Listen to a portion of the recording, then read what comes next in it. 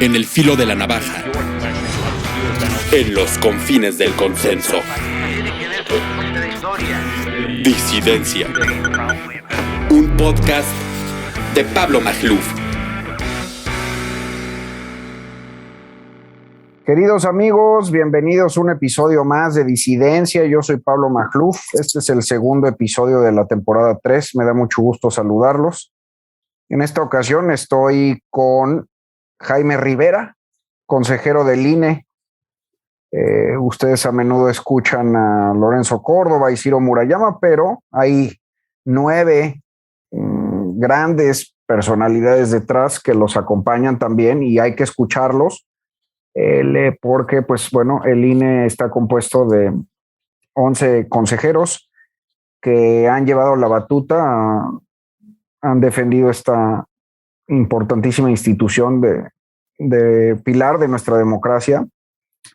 Y vamos a platicar con Jaime sobre la coyuntura, qué es exactamente lo que está enfrentando el INE.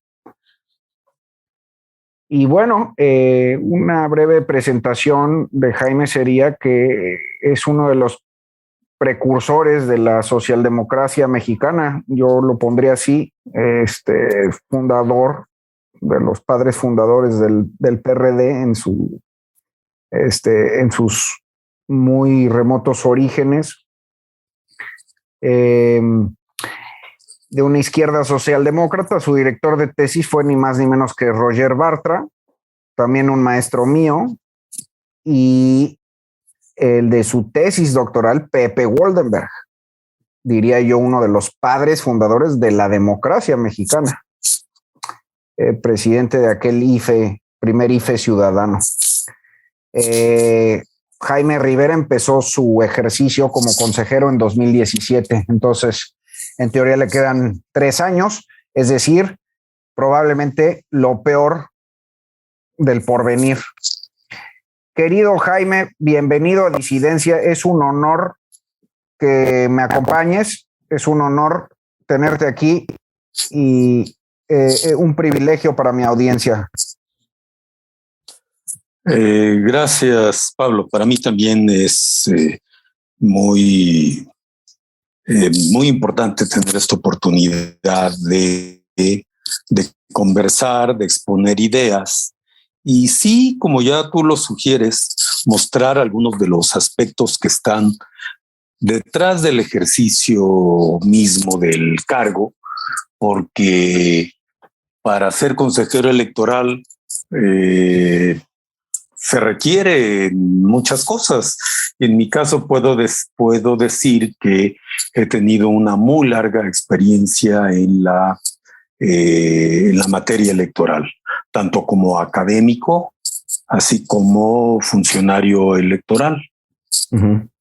Y también puedo decir que desde la izquierda, mencionaste así como fundador del PRD. Bueno, yo también fui fundador del Partido Socialista Unificado de México, cuando la izquierda mexicana había abrazado más claramente su compromiso con la democracia y estaba abandonando la idea de revoluciones y sobre todo de dictaduras, aunque fuesen temporales, que fue lo que a mí me decidió a ingresar a un partido socialista, que yo ya no creía, salvo lo creía a los 19 o 20 años, pero desde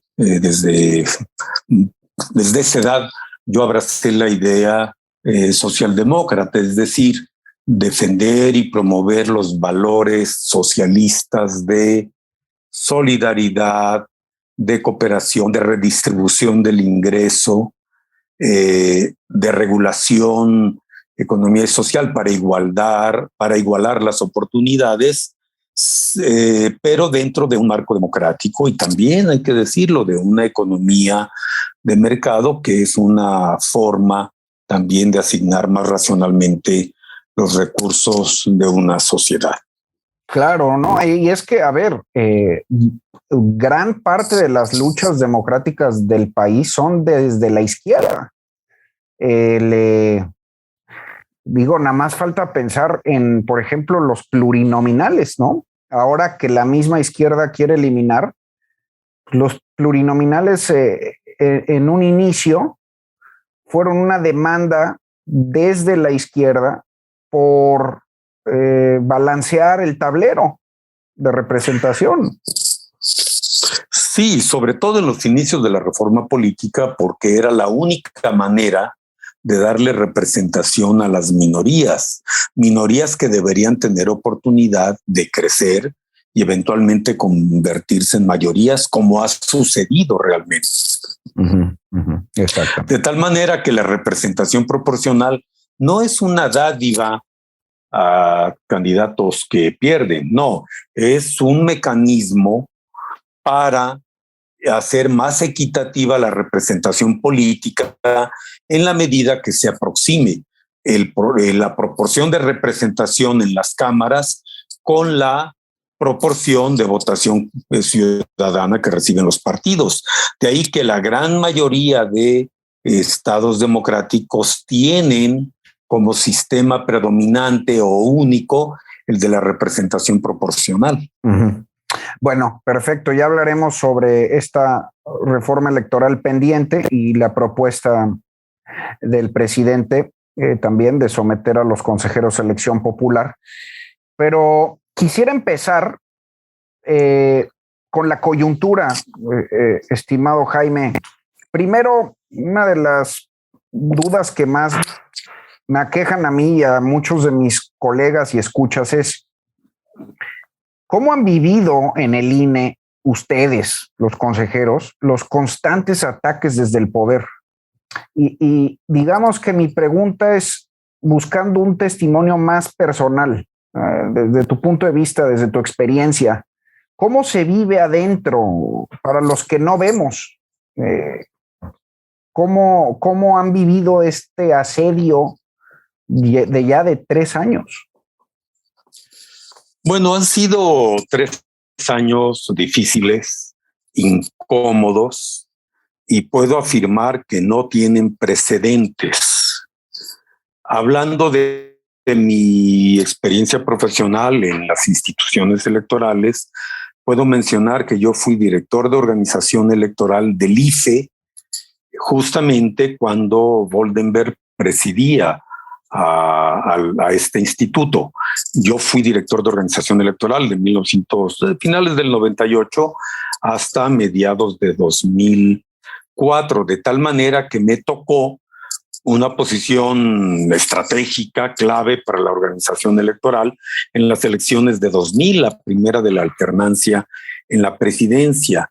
Y debo decir que también viví dentro del IFE en una posición dirigente a nivel nacional, como es esa dirección ejecutiva, los procesos de revisión, de investigación de los casos conocidos como Pemex Gate y Amigos de Fox, en los que el IFE demostró su independencia, su convicción y su firmeza para investigar y sancionar conductas irregulares.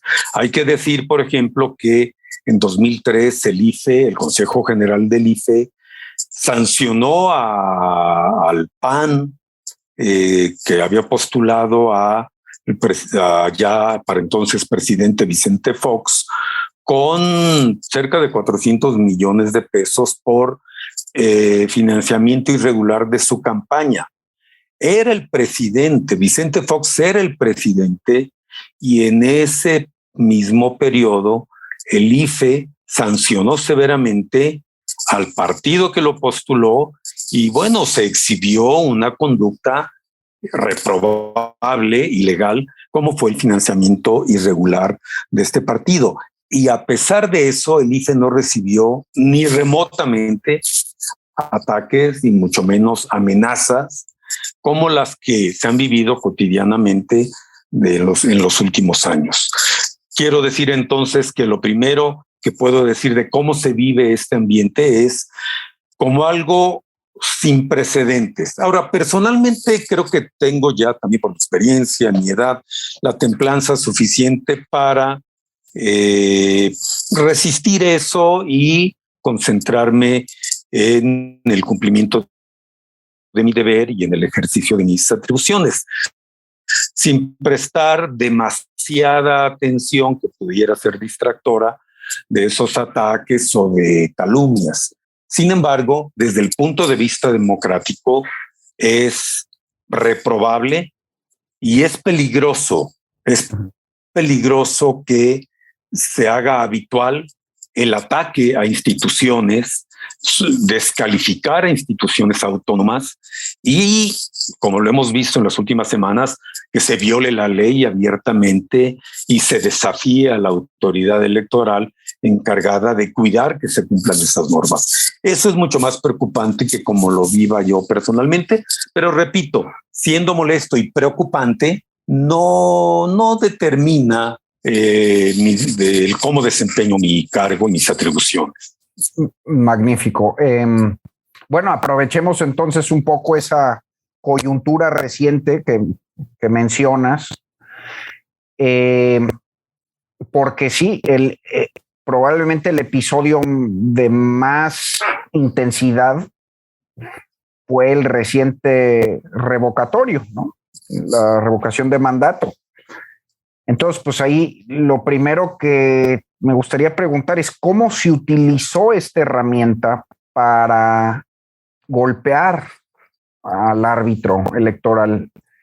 Recordemos que por diseño la herramienta desde el legislativo se propuso por la coalición gobernante, más específicamente por el presidente, y además se convocó en esta ocasión desde el poder.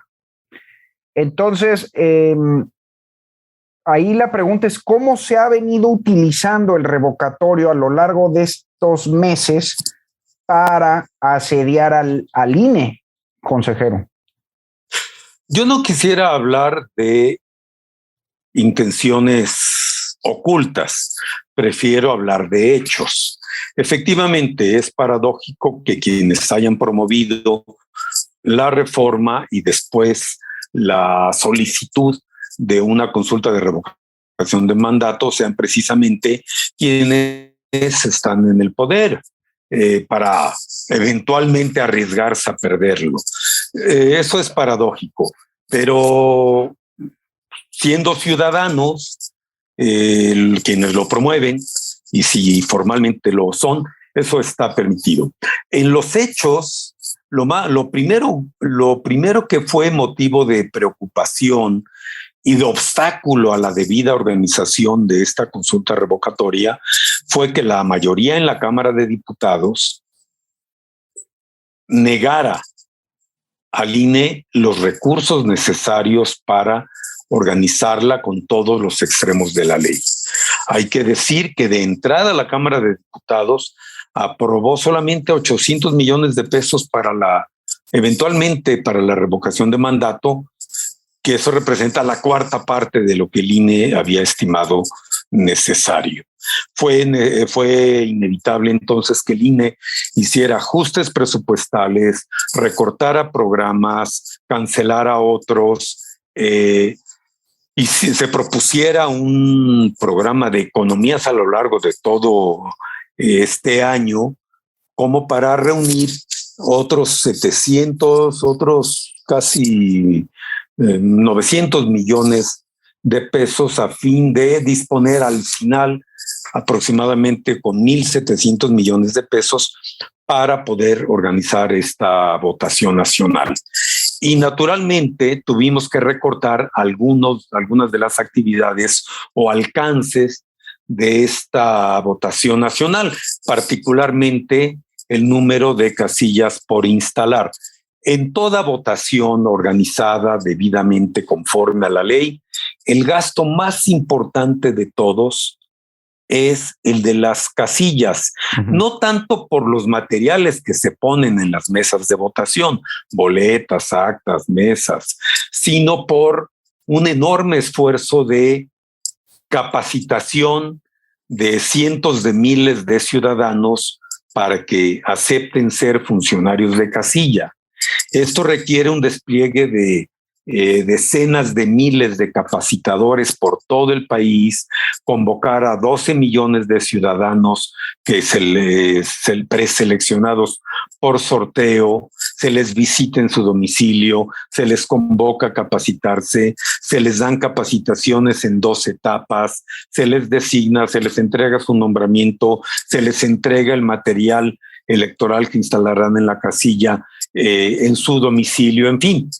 Por todas esas razones, el número de casillas es el factor más determinante de una elección o de un proceso de votación como este.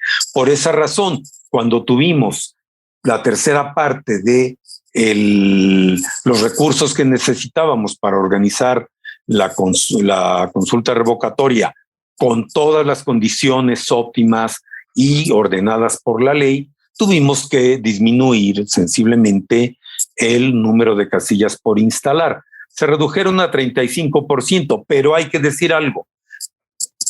Desmintiendo lo que se ha dicho, se ha repetido en forma falaz, esto no quiere decir que haya habido solo la 35% de casillas disponibles para los electores, porque muchas secciones tienen más de una casilla y esta vez lo que hicimos fue agrupar casillas en las que normalmente hay 750 electores como máximo, y esta vez agrupamos 2 o 3 casillas en una sola, con cerca de 2,000 boletas por casilla, y de esa manera muchos electores pudieron votar exactamente en el mismo lugar donde acostumbran votar, solamente que acudieran a una casilla que en vez de que tuviera un máximo de 750 boletas, tenía un máximo de 2,000. Por cierto, en estas casillas de 2,000 boletas se utilizaron entre 350 y 400 boletas. Bueno, es decir, sí, estimado Jaime, a ver, yo entiendo, tú no puedes hablar desde tu posición institucional de intenciones, pero les cortaron el presupuesto a una tercera parte y ahorita los están acusando de haber instalado 2/3 partes menos de casillas. Sí. O sea, es una argucia, por lo menos argumentativa, política, lo es. Es injusta, pero además falsa la verdad. Porque si me permites darte un dato relevante, el 60% de los electores en la lista nominal tuvo su casilla exactamente en el mismo lugar acostumbrado. Uh-huh. Si acudieron o no a votar, fue su decisión, pero no fue porque aumentara la distancia. Y te doy otro dato. En un análisis que acabo de, con ayuda de la Dirección de Organización Electoral, acabo de tener disponible. En las secciones, en las casillas, en las casillas en las que votaron exclusivamente electores de la misma sección, que no llegaron electores de secciones aledañas o vecinas, el nivel de partido, es decir, todos los que votaron en el lugar acostumbrado, tan cercano a su casilla como de costumbre, votó el 17.04% de los electores, un poquito menos que el promedio nacional. Otros que se trasladaron a unas casillas, a secciones electorales aledañas, en algunos casos un poco más distantes, tienen un nivel de participación ligeramente más alto. Es curioso. Podría ser al revés, pero no lo fue. De tal manera que son otras causas por las cuales, incluso en zonas rurales, parecen haber votado más. Pero sin meterme a eso, podemos afirmar, la distancia no fue determinante del nivel de participación. Además, entiendo que sí hay el mismo número de boletas, ¿no? Hubo más de 93 millones de boletas esperando a todos los ciudadanos que quisieran votar. Exactamente. Ok, bueno, ahora eso digamos que fue el preámbulo al revocatorio, ¿no? Sí. La reducción del presupuesto, pero durante el revocatorio, bueno, hay otras ilegalidades, ¿no? Que vimos todos los mexicanos. La violación explícita, incluso haciendo gala de ella, de la veda electoral, el uso de funcionarios, incluso de militares, de recursos públicos para la promoción ilegal de la campaña. Además de, bueno, durante la jornada, pues plagada de ilegalidades, acarreos, el carrusel, bueno, a ver qué tanto más descubren. Tengo entendido que hay casillas donde hay más del 100% de la votación. Ya a ver ustedes qué descubren, pero hay suficiente evidencia de que hay razones para anular el revocatorio, ¿no, Jaime? Y digo, eso es muy peligroso porque tal vez es precisamente lo que quiere el régimen obradorista para tener un pretexto para golpear más al INE. Pero entonces, ¿qué hacer? Esa es, digamos, que la pregunta medular de todo es que ustedes están obligados por ley, pero a la vez, pues es una coyuntura muy delicada, porque se trata probablemente de una provocación.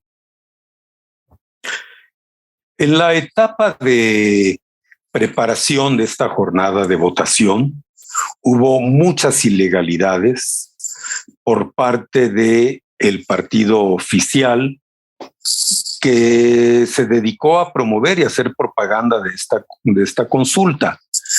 Yo no podría decir si eso en sí mismo está bien o mal, pero la ley lo prohíbe y la Suprema Corte de Justicia lo prohibió.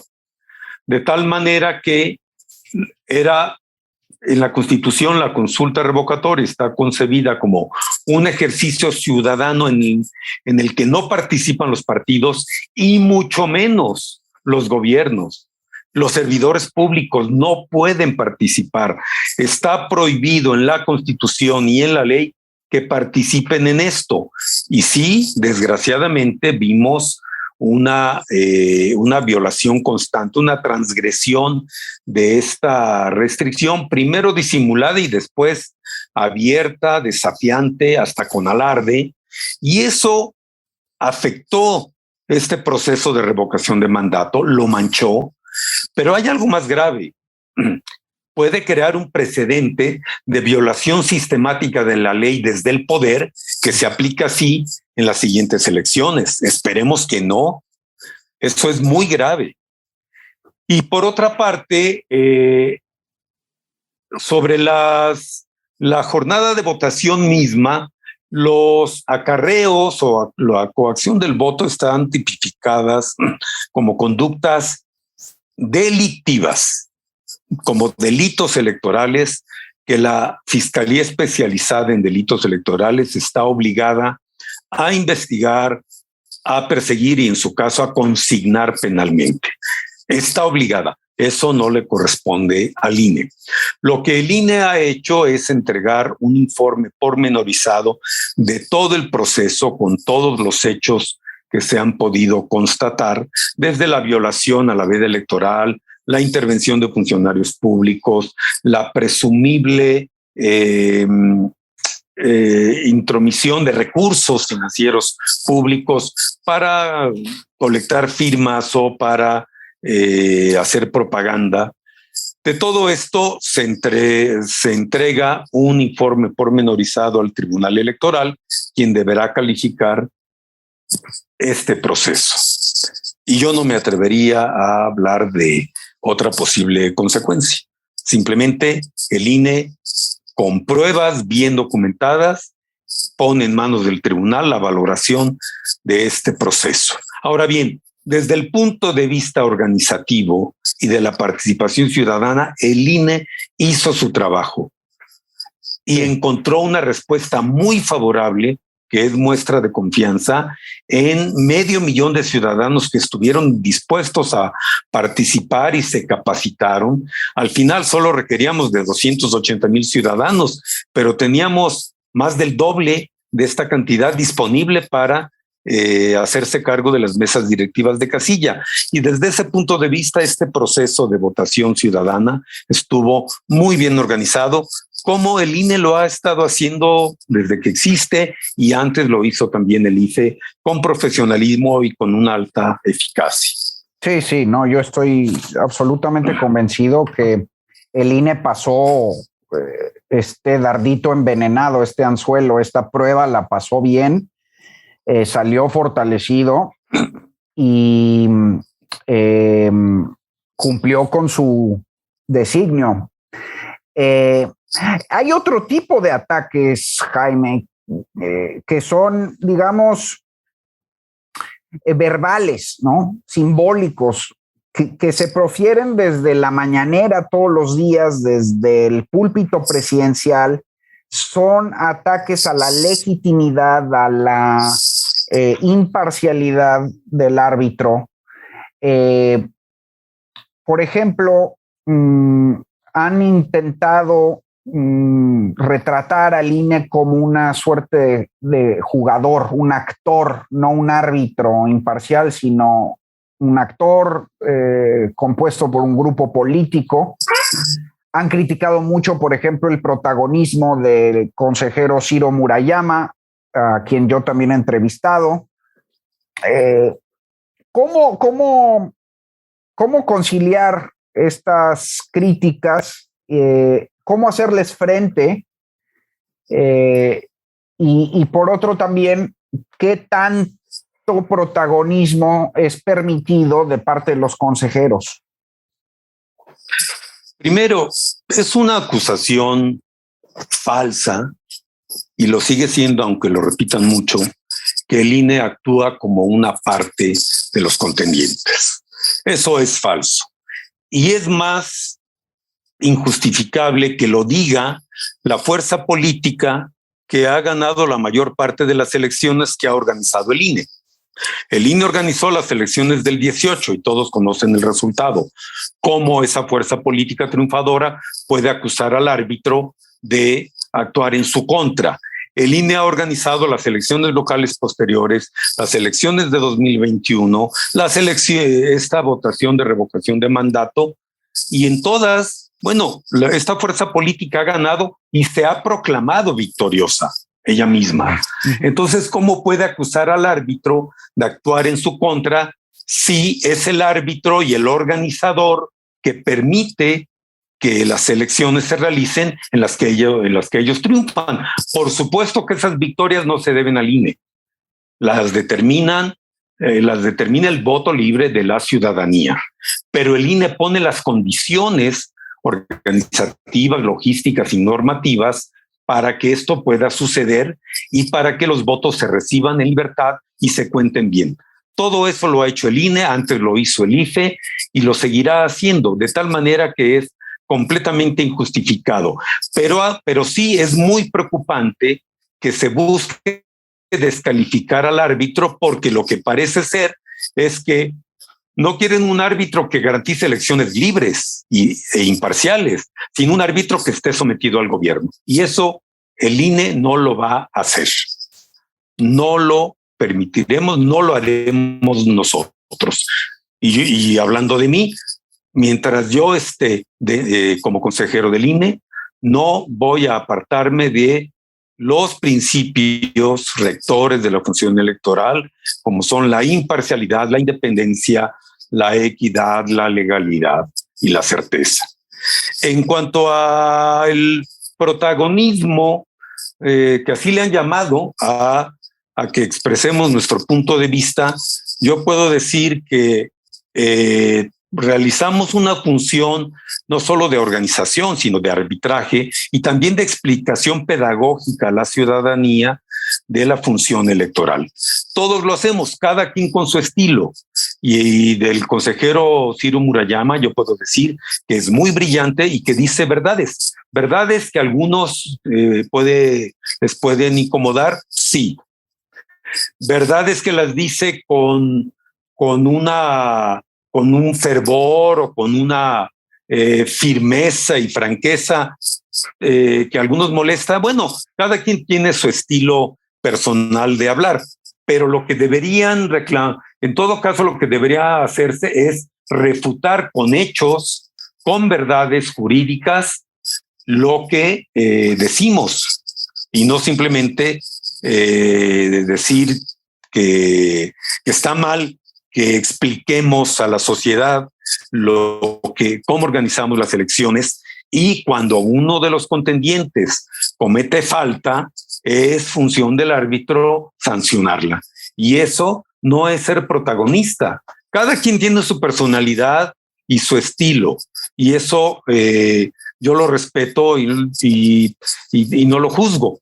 Pero lo que debería hacerse es, si lo que decimos o lo que dicen mis compañeros es verdadero o falso, y si me presentan una prueba de que algo que han dicho mis compañeros es falso, o de lo que yo he dicho que es falso, puedo valorarlo y eventualmente reconocerlo y hasta ofrecer disculpa, o simplemente decir que alguno de mis compañeros dijo algo falso. Pero hasta ahora no he conocido ninguna refutación objetiva con datos y con veracidad de que estén mintiendo o estén actuando con parcialidad. La verdad es que la independencia y la imparcialidad son uno de los valores más importantes de la autoridad electoral, quizás los más importantes de todos, y los vamos a seguir defendiendo.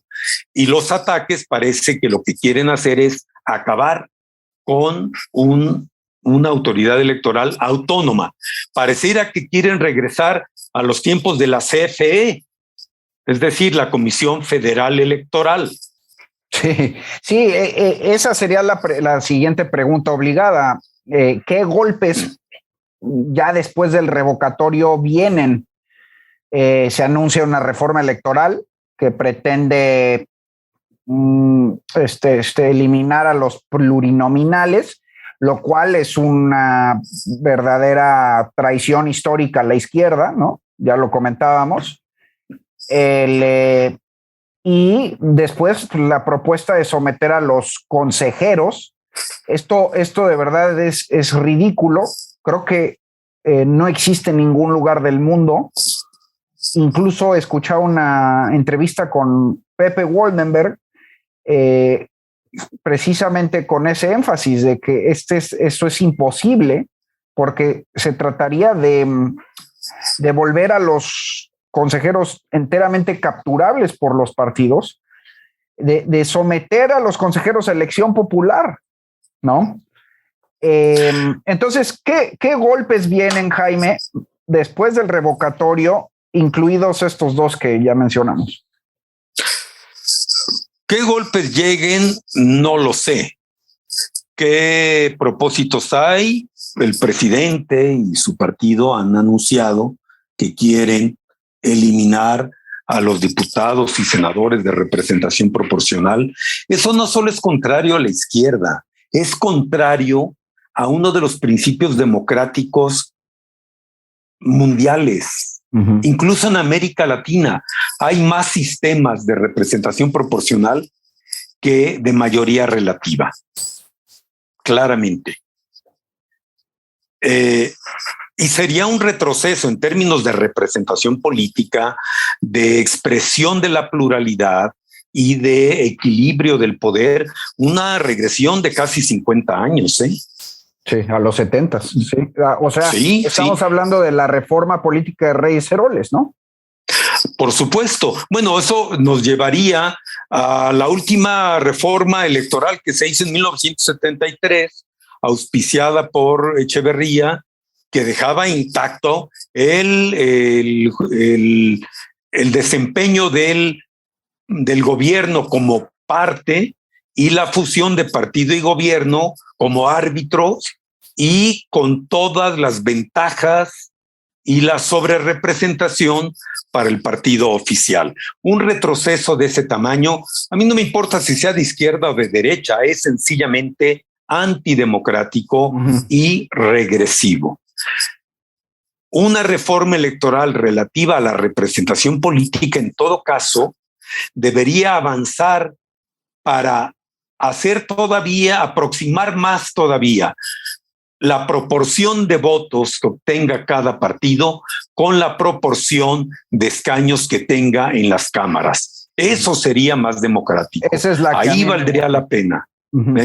Esa es la que a mí me gusta, que sea exactamente traducido el porcentaje de voto a exactamente el número de escaños, ¿no?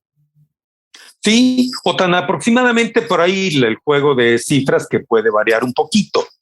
Pero, y eso se puede lograr tanto con un sistema mixto como el que tenemos, como por supuesto con un sistema puramente proporcional, que es el que existe, por cierto, en la gran mayoría de países europeos y en buena parte de los países latinoamericanos también.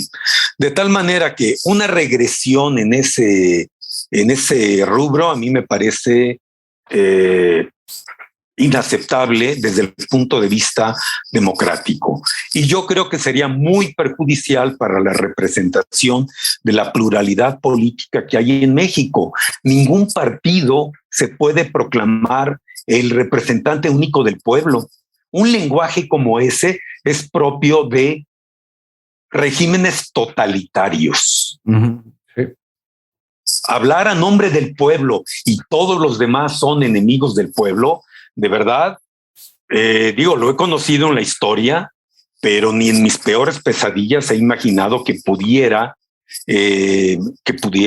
volver a estar en México así. Bueno, creo que ni en los años clásicos del PRI se usaba un lenguaje tan ominoso como ese, el de enemigos del pueblo y traidores a la patria. Francamente, eso más bien me hace pensar en el régimen chino en tiempos de Mao, o Stalin, o Hitler, o un poco más cercano aquí, el chavismo, por ejemplo, o en Cuba. Es decir, en regímenes que no tienen nada de democrático. Y yo creo que si tuviera que haber una reforma electoral, que sea para profundizar la democracia, que sea para equilibrar mejor la representación política, no para suprimirla y menos para convertir en enemigos del pueblo a cualquier opositor. Eso sí me parece un horror. Por otra parte, revisemos cómo se nombran hoy los consejeros electorales y cómo se han nombrado, por cierto, desde 1996 con pequeñas variantes. Básicamente por una mayoría de 2/3 en la Cámara de Diputados. Y la mayoría calificada garantiza que, garantiza que todos los nombrados sean aceptables para todos los demás. Para eso sirve la mayoría calificada, no que los determine solo una mayoría, que puede ser temporal. Claro que sí, la mayoría por sí sola pudiera nombrar a todos los árbitros, quizás no habría condiciones para que dejara de ser mayoría nunca, ¿no? Pero la mayoría calificada con la que se nombra a los consejeros garantiza que las minorías también tienen voto y veto. Pueden vetar a alguno y decir no pasa porque le falta capacidad, le falta experiencia o le sobra presunta parcialidad.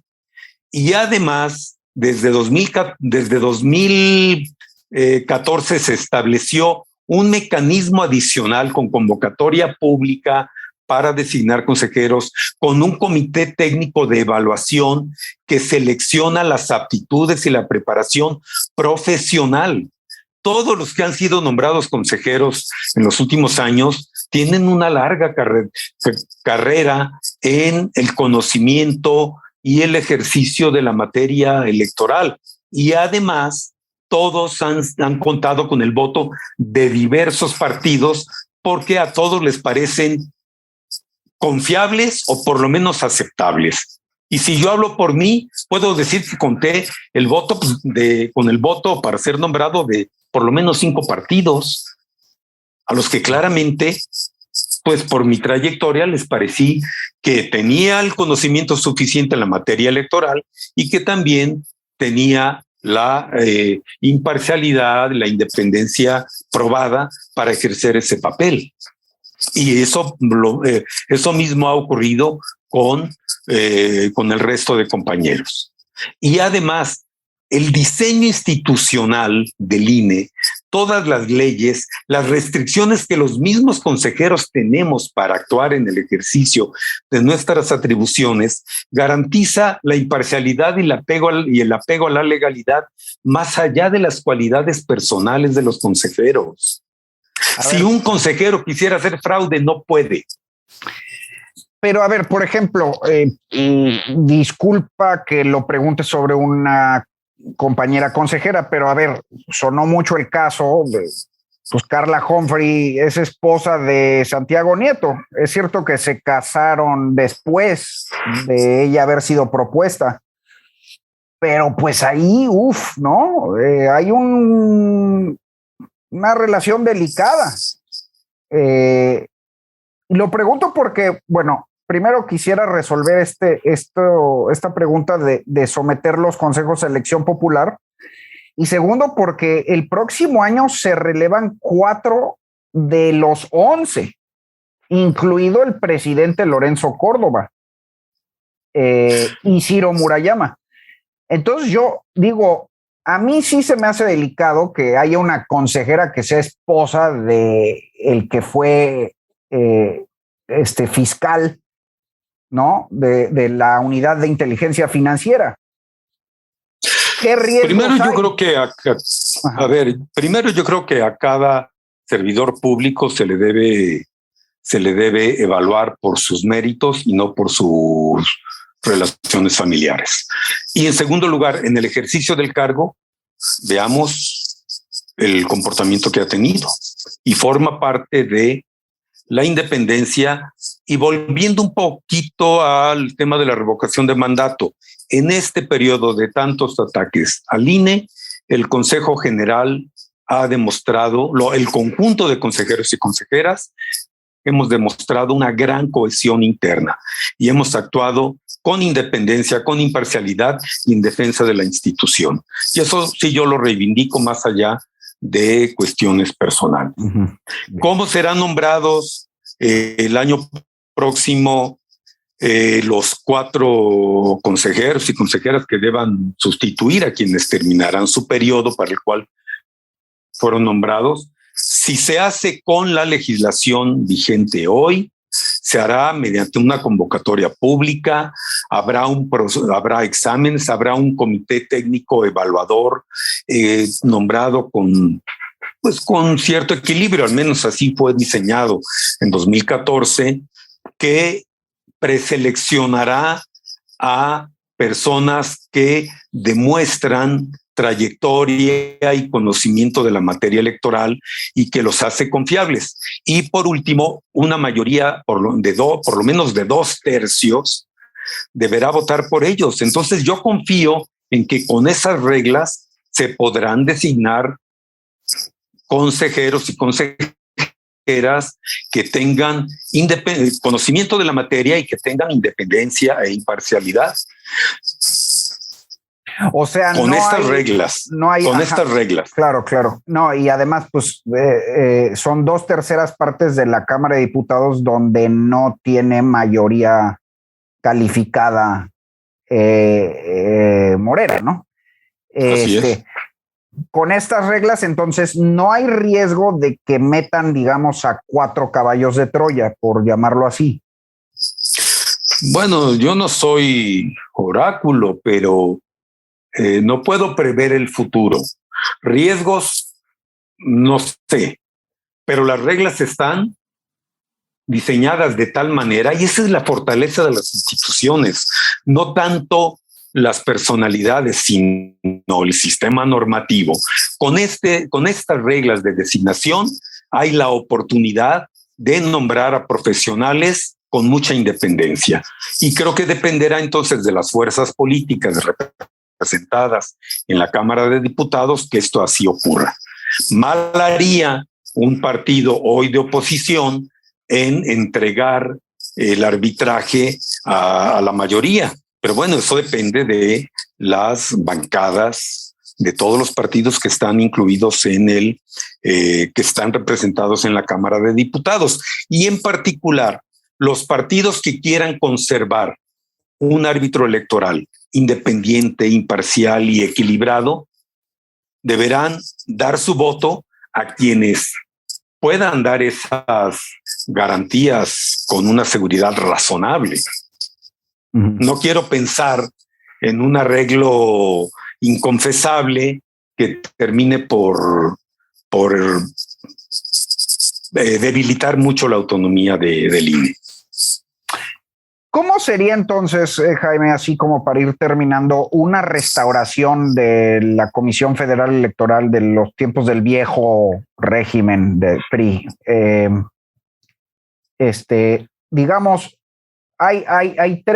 leí tres editoriales magníficos, tres artículos, el de Antonio Olvera, de Ricardo Becerra en Milenio, Antonio Olvera en Nexos y Verónica Malo en SDP.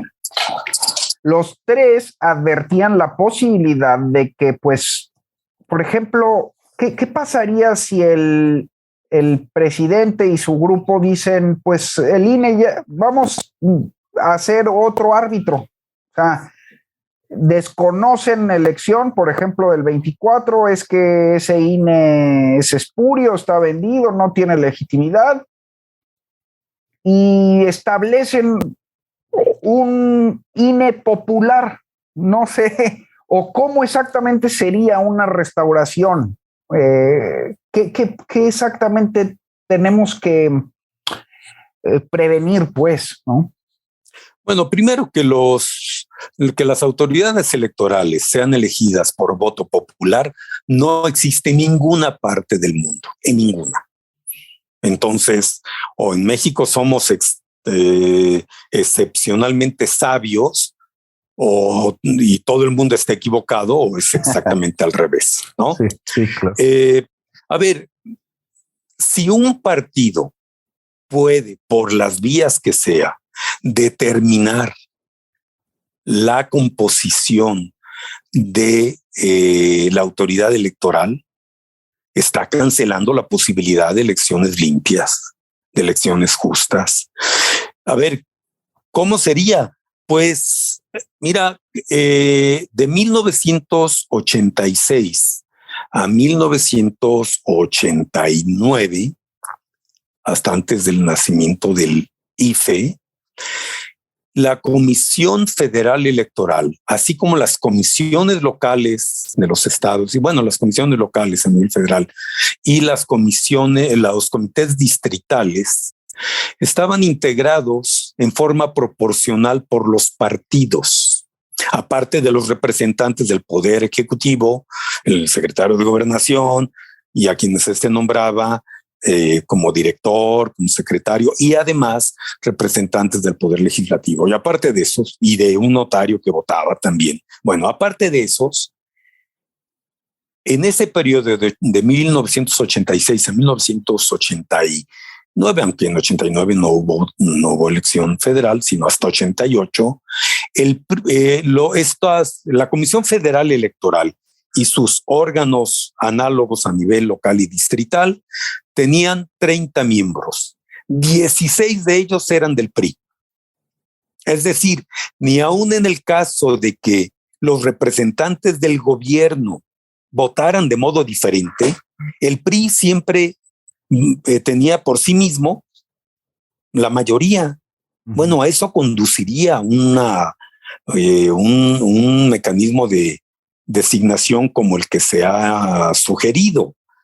A ver, de verdad, no quiero decir que parece broma, porque no es para divertirse, es para preocuparse mucho que se pueda manejar una idea como esa. Pero sería la Comisión Federal Electoral, y bueno, si tiene las mismas siglas, ya solo faltaría que repusieran en el cargo a Manuel Bartlett.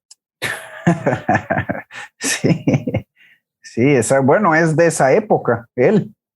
Y las mismas siglas, ¿no? Así si es. quieren. Pero yo espero que eso no ocurra. Y a ver, vale la pena decir, la pluralidad política de México no puede ser representada por un partido. Y hoy, mal que bien, la pluralidad política está representada en la Cámara de Diputados, lo está también en el Senado, y por lo tanto, esa minoría suficiente, que podríamos decir puede ser una minoría calificada, podrá impedir una regresión antidemocrática de ese calibre. Sí. Sí, porque yo espero que eso no ocurra. Sí, lo otro tendría que ser un manotazo autoritario, ¿no? Digamos ya así abiertamente un golpe, ¿no? Pues sí, solamente que lograran reunirse solos en la Cámara para tener mayoría calificada. Espero que algo semejante no suceda. Nunca. No, yo también.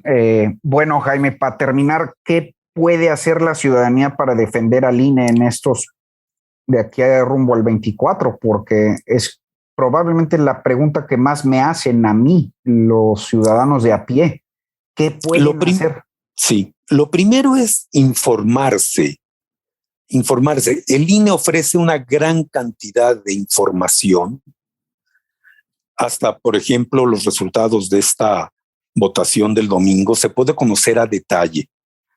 Y también informarse de lo que hace el INE y cómo toma sus acuerdos, que nunca los toman 2 consejeros, los tomamos entre 11 y a veces en votaciones divididas, pero siempre por mayoría y conforme a la ley.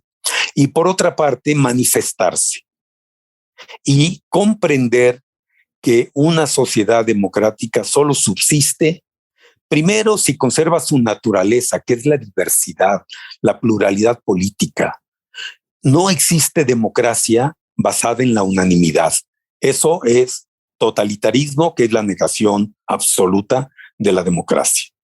Y manifestarse también, expresar por todos los medios, informarse también a través de...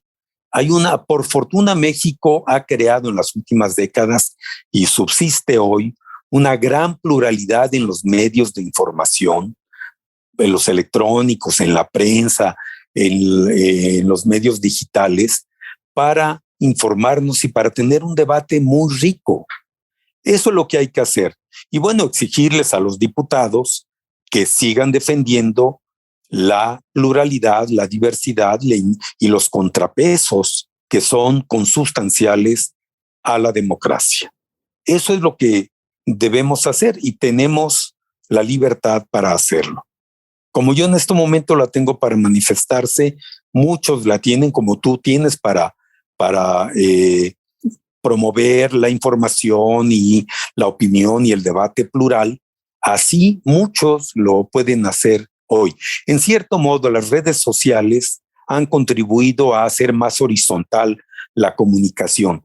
Usémoslas, sobre todo buscando difundir verdades y no verdades absolutas, sino verdades, porque para ser tales deben estar basadas en los hechos, corroboradas y también ser capaces de dialogar con respeto con los que piensan diferente. Todo eso podemos hacer, es decir, la democracia se defiende con más participación ciudadana en forma democrática. Maravilloso, ahí lo tienen, queridos amigos, el consejero del INE, Jaime Rivera.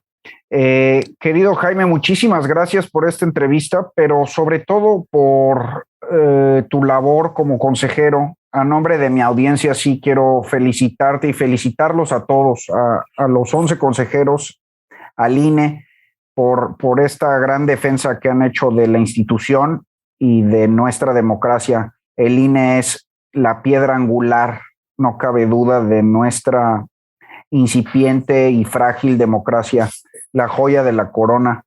Entonces, está de más decirte que lo aprecio. A nombre de mi audiencia lo apreciamos mucho y gracias de veras. Gracias a ti, Pablo, y muchas gracias a tu auditorio por seguirnos en esta conversación. Me siento muy honrado de tener la oportunidad de hablar contigo y dirigirme a tus seguidores, a tu auditorio, y de contribuir aunque sea con un granito de arena, a la recreación de la vida democrática de México. Muy bien, queridos amigos, eso es todo. Gracias por estar en Disidencia. Nos vemos en un próximo episodio. Hasta la próxima.